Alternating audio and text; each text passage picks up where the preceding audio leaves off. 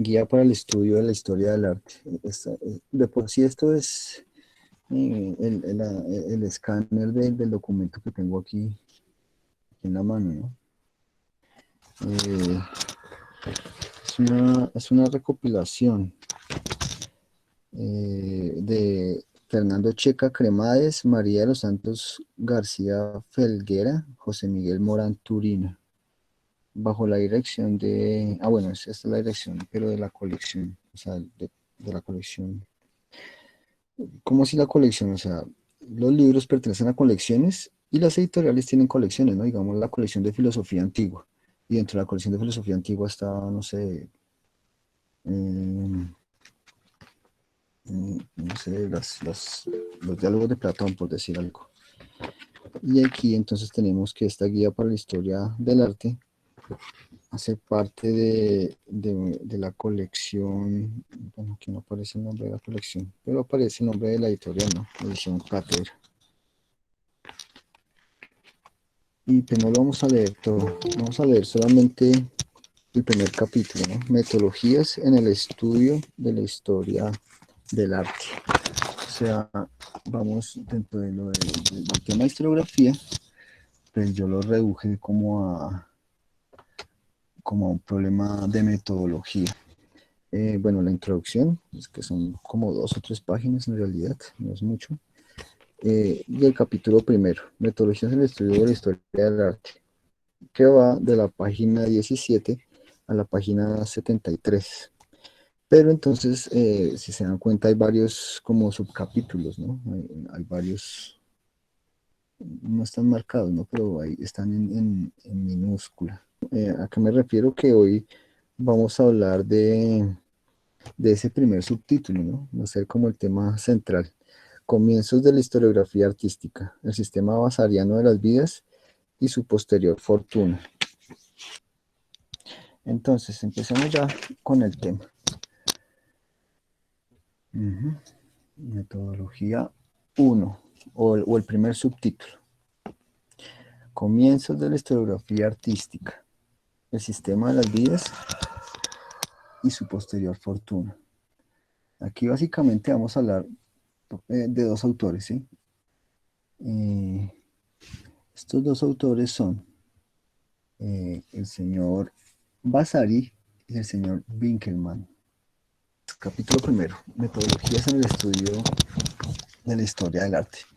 Para una comprensión en profundidad de lo que ha sido y es la disciplina de la historia del arte, es imprescindible estudiar no solo qué es lo que hay que entender como historia del arte, sino también y sobre todo cómo han sido considerados los diversos fenómenos conectados con la disciplina. Así, esto está hablando más o menos de lo que lo podríamos conectar con lo que hablábamos, ¿no? O sea, que la historia del arte no es solamente hablar de pinturas y edificios, sino que puede abarcar otros fenómenos que están conectados, ¿no? La sociedad, la política, ¿no? Así, este epígrafe trata de las distintas metodologías que han explicado las obras artísticas desde diversos puntos de vista. Desde la consideración de la historia del arte como historia de la vida de los artistas, o sea, las biografías, a las más modernas que tratan de explicar la obra como un producto formal, insistiendo entonces en los aspectos de la percepción visual y óptica, o como algo susceptible de estudiarse desde el punto de vista de contenido, refiriéndolo, a un medio geográfico, social o cultural. ¿Sí? Entonces, la historia del arte se puede abarcar tanto como la historia del arte como la vida de los artistas, eso es historia del arte, o una forma de hacer historia del arte, una metodología, hasta las teorías kantianas de la pura visibilidad, ¿sí? Eh, y la óptica, ¿sí? Hasta también el arte como una forma de análisis cultural, ¿no? Como el ejemplo que daba la narcocultura, por ejemplo. Como veremos, metodologías no son nunca algo ascético, sino que son algo más multidisciplinar, ¿no? Y meramente especulativo. Pues su aparición y desarrollo suele vincularse a los distintos movimientos de vanguardia de nuestro siglo.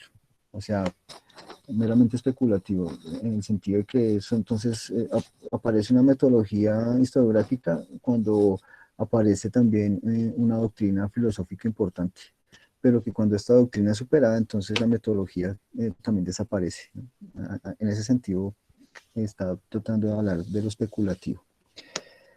Así, no se puede explicar el auge de la pura visualidad sin el movimiento de la abstracción expresionista alemana, ni la psicología de la Gestalt sin las últimas tendencias de la abstracción geométrica. Pero el principal punto que queremos resaltar aquí es el carácter imprescindible del conocimiento de las metodologías histórico-artísticas para un estudio consciente de los productos artísticos. Si no, caeremos en el fenómeno tan corriente en la historiografía de nuestro país del empleo abusivo, acrítico e inconsciente de distintas metodologías sin saber a ciencia cierta lo que cada una de ellas implica, su particular visión del mundo y su filosofía. Esta conciencia metodológica es muy necesaria si queremos alcanzar el grado de ordenada interdisciplinaridad por el que abogamos al principio. ¿Qué está diciendo aquí?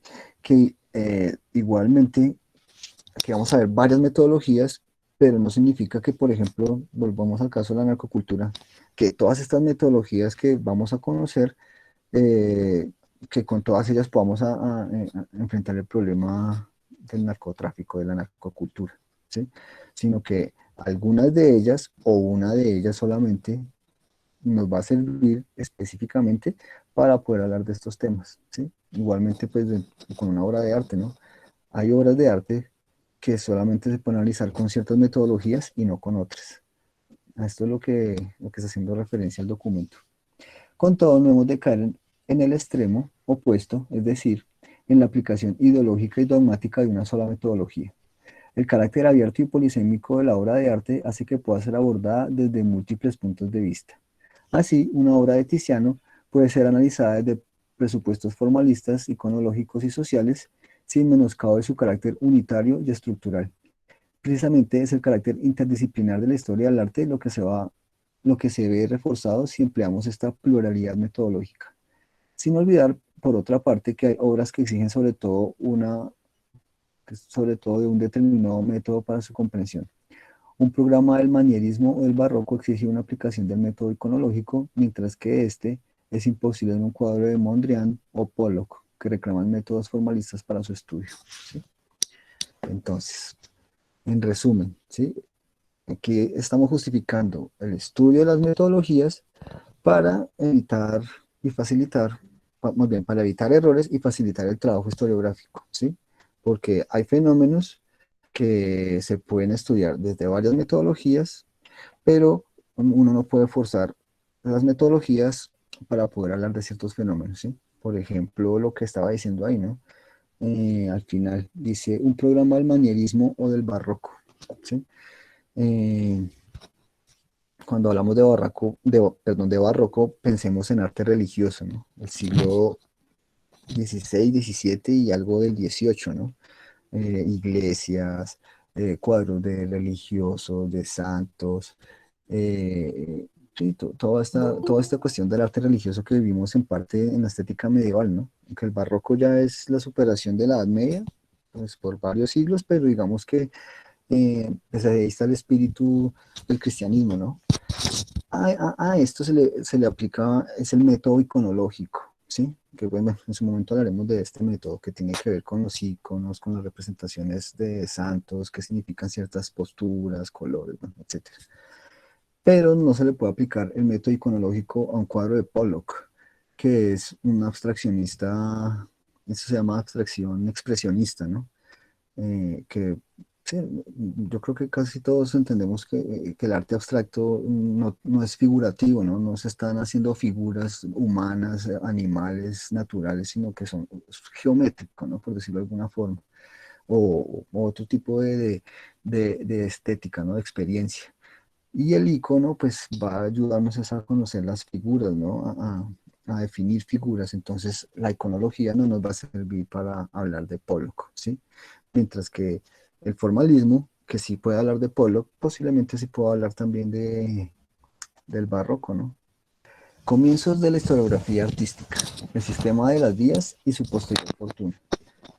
Bueno, entonces aquí vamos a hablar sobre todo del señor Giorgio Vasari, que fue como el iniciador de toda esta cuestión, ¿no? El señor Giorgio Vasari. Ahí tenemos un autorretrato. Eh, Nace en Arezzo en el siglo XVI y muere en Florencia, también en el mismo siglo. Toda la vida, pues no sé si toda la vida, ¿no? Pero pues nace y muere en Italia, o en lo que actualmente es Italia. Fue arquitecto, pintor y escritor italiano. Eh, Se considera que es uno de los primeros historiadores del arte, ¿no? Y se le conoce es por su libro, él tiene un libro, ¿no? O tiene varios libros, pero eh, nosotros aquí estamos hablando especialmente el de vida, el de la vida de los pintores, escultores y arquitectos de su época, ¿no? Entonces él escribe un libro y lo basa en la biografía de estos artistas italianos, ¿no? Entonces fíjese que estamos hablando del siglo XVI. Este señor lo que hace es una recopilación más o menos como desde el siglo eh, 14, finales del 14 hasta pues su época, ¿no? Y comienza a hablarnos de todo este periodo del arte, que va a ser un periodo que vamos a conocer como el Renacimiento, ¿sí? De por sí a Giorgio Vasari, aquí como dice en la presentación, se le atribuye haber acuñado el término, ¿sí? El término de Renacimiento. Eh, Él mismo va a utilizar, a producir el concepto de Renacimiento para hablar de este movimiento artístico que él va a estudiar, ¿no?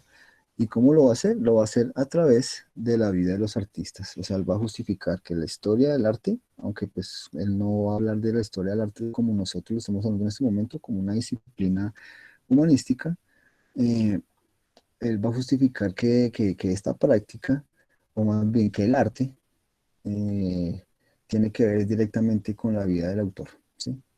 Entonces, eh, ¿él qué piensa de la historia? Entonces él va a decir que él va a tener una idea evolutiva y progresiva del arte, ¿sí? O sea, la historia del arte tiene un esquema biológico. Nace, crece, envejece y muere, ¿sí? Aquí tenemos unas comillas, dice, no duda en hablar de un florecimiento antiguo del arte, para continuar con el estudio de su desarrollo y caída, preludio de la Rinascita, que experimenta el arte desde Giotto a su culminación en Miguel Ángel. O sea, el arte antiguo, ¿no? Grecia y Roma. eh, Nace, crece, se desarrolla y muere, ¿no?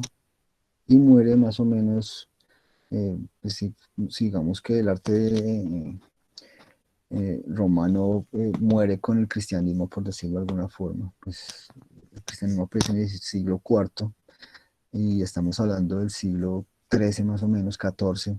Estamos hablando de 1000 años, ¿no? Entonces, al parecer Vasari se da cuenta de ese abismo, ¿no? Que puede ser menos, y va a hablar de un renacita, ¿no? De un renacimiento de este espíritu artístico, ¿no? Que lo va a experimentar desde un señor que vamos a conocer ahorita, creo que va a estar la siguiente, es una pintura del Giotto, y termina en Miguel Ángel.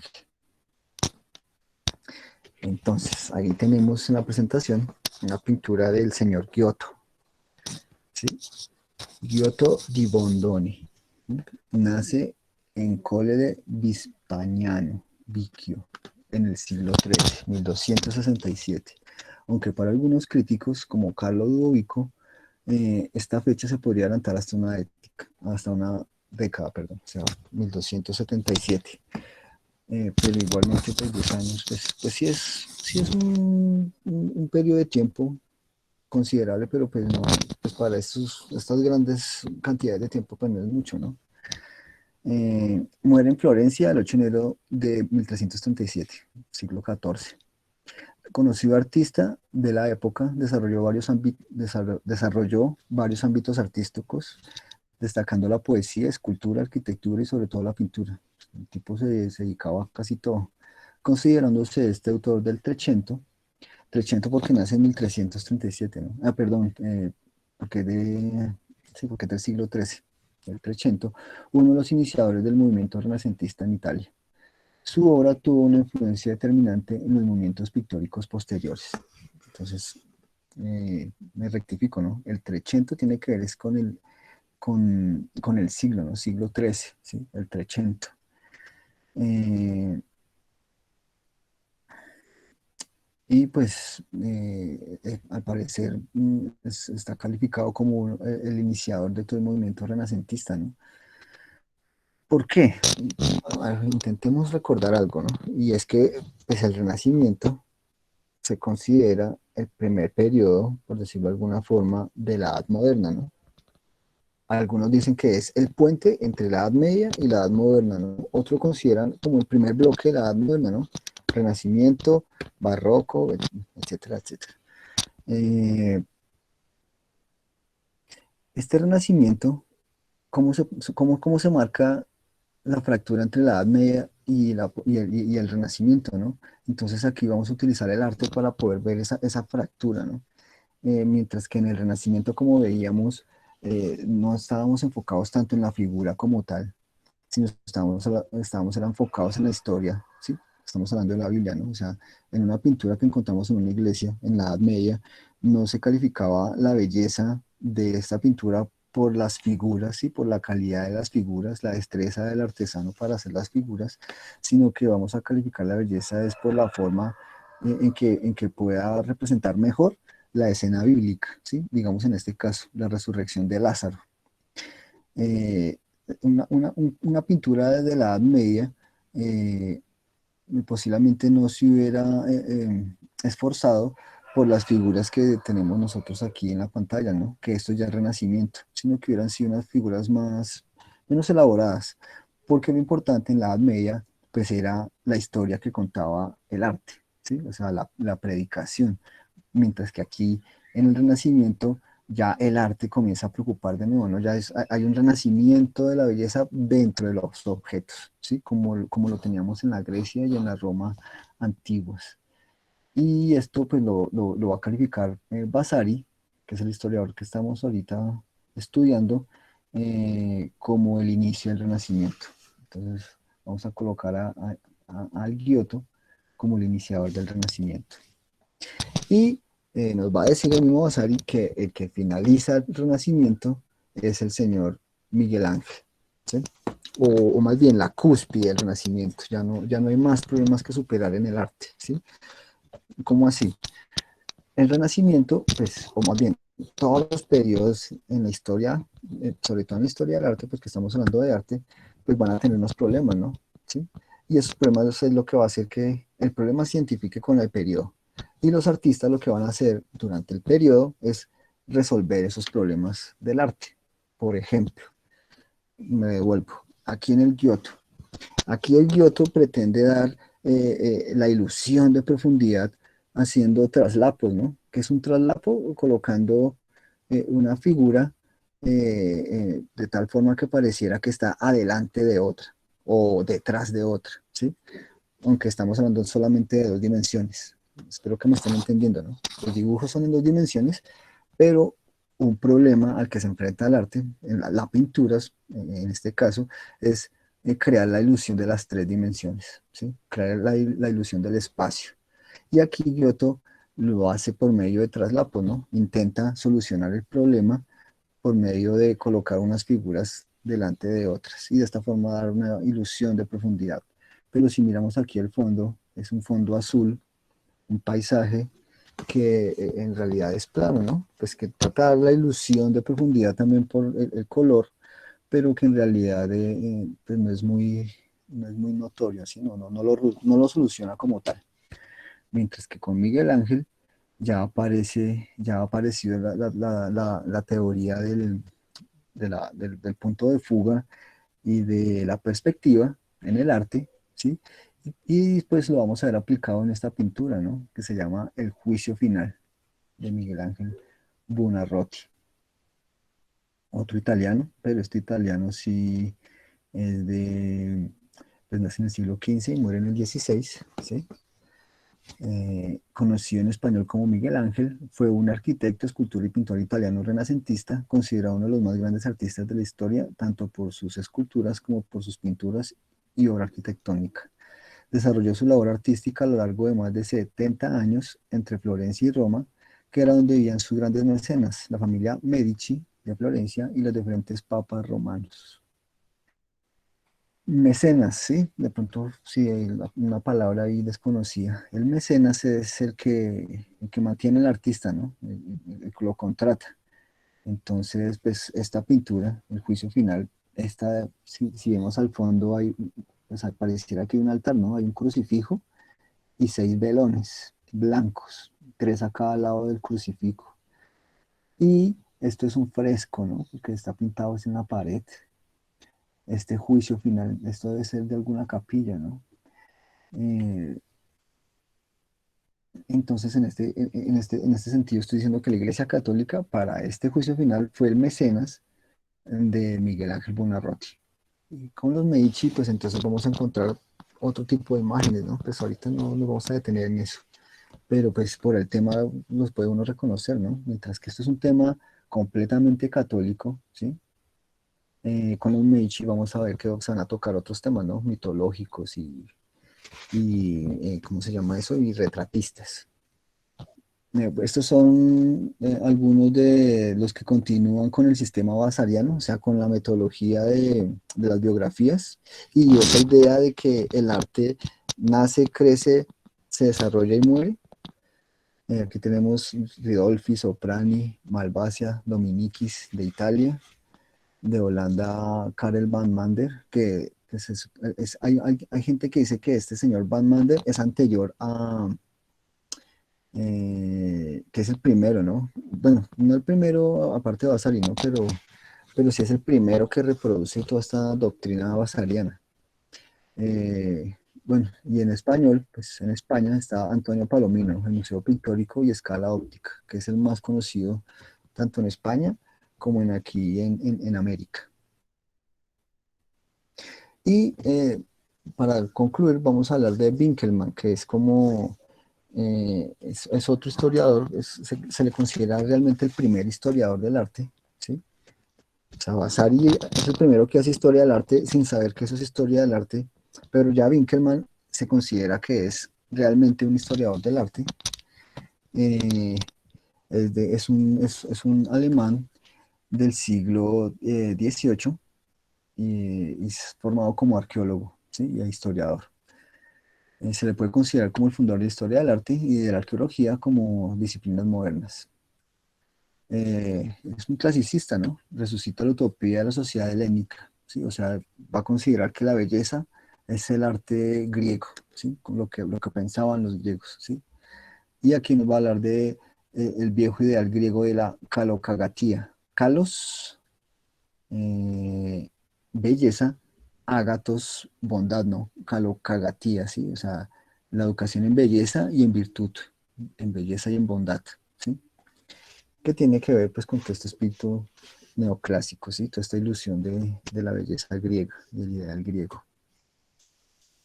Características de la doctrina de Winkelmann, de la teoría de Winkelmann. Inicia, pues, bueno, el inicio de la disciplina de la historia del arte, que fue lo que ya dijimos, conserva el concepto evolutivo del arte, que aparece, se desarrolla, crece y desaparece, eh, pero él ya abandona el esquema biográfico. Él ya no va a darle toda la responsabilidad del arte solamente al artista, sino que se va a alejar de ese esquema biográfico que era el que se venía manejando desde Vasari. Y lo va a cambiar por una metodología descriptiva e interpretativa del arte, ¿sí? Con un rigor académico y cientificismo. O sea, esta metodología de Winkelmann es la que vamos a ver sobre todo en los museos, ¿no? Sobre todo en los museos arqueológicos, que son descriptivos e interpretativos. Por ejemplo, cuando uno va, no sé si el ejemplo sea conveniente, cuando uno va al observatorio, ¿sí? Ahí ¿cómo se llama eso? Sí, al observatorio que hay ahí en este parque, en el Parque de la Independencia, ahí en la 26 con séptima, ahí cerca. El planetario distrital. Ahí a veces uno entra y pues sus exposiciones son de ciencia, ¿no? Entonces son exposiciones rigurosas, ¿no? Que van explicando detalle por detalle, concepto con concepto, concepto por concepto, perdón, sí. Entonces una metodología descriptiva, de coger el objeto y describirlo, y interpretativa, ¿no?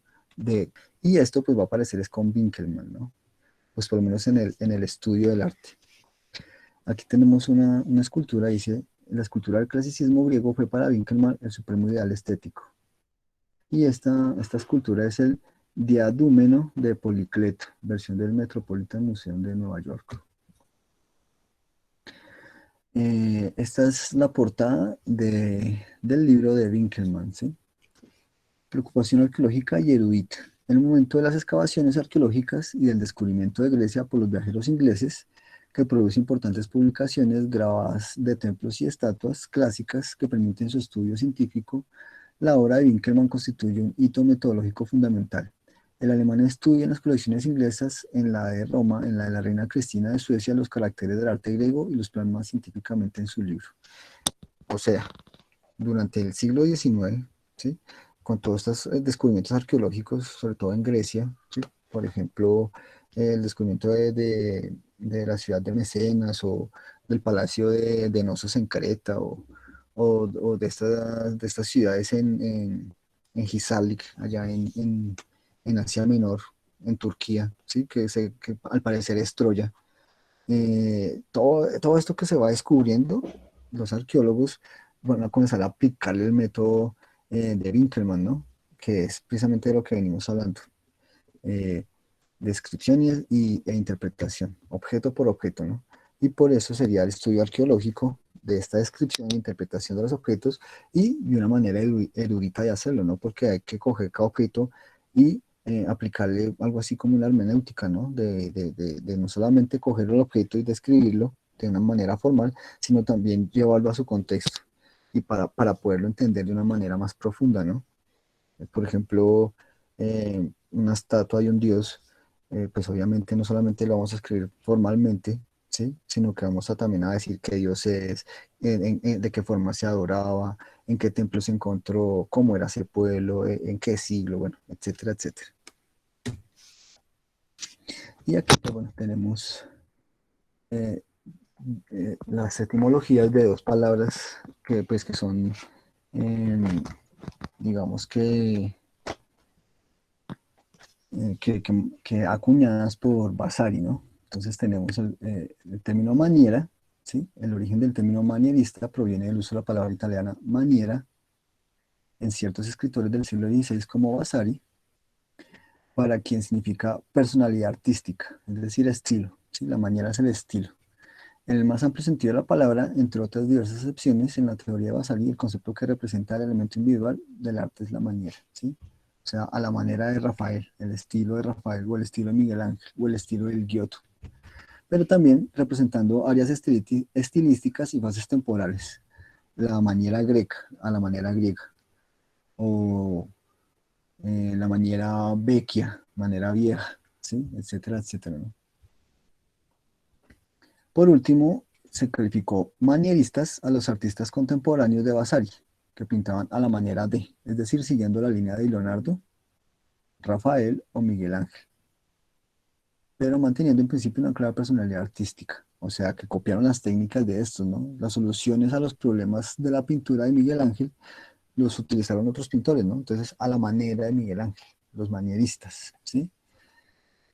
Pero este manierismo se va a colocar después del Renacimiento, ¿no? Miguel Ángel es el que soluciona. Miguel Ángel, Leonardo y Rafael son como los tres grandes que solucionan los problemas del Renacimiento en el arte y, y comienza la decadencia, ¿no? De ese Renacimiento y a esa decadencia se le va a conocer, sí, se le va a considerar como el manierismo, ¿no? Que va a ser esa parte decadente del Renacimiento donde ya todos los problemas están superados y los artistas se dedican a imitar las técnicas de los grandes maestros, ¿sí? El manierismo. El uso peyorativo del término comenzó más adelante con los clasicistas académicos del siglo XVII para quienes esa manera se entendía como una fría técnica imitativa de los grandes maestros, ¿sí? Lo que acabamos de hablar. Y el término renacimiento, renacita, acuñado por Vasari, en alusión al renacer de la cultura clásica tras el oscurantismo medieval, ¿sí? Que fue lo que también explicamos en la clase, ¿no?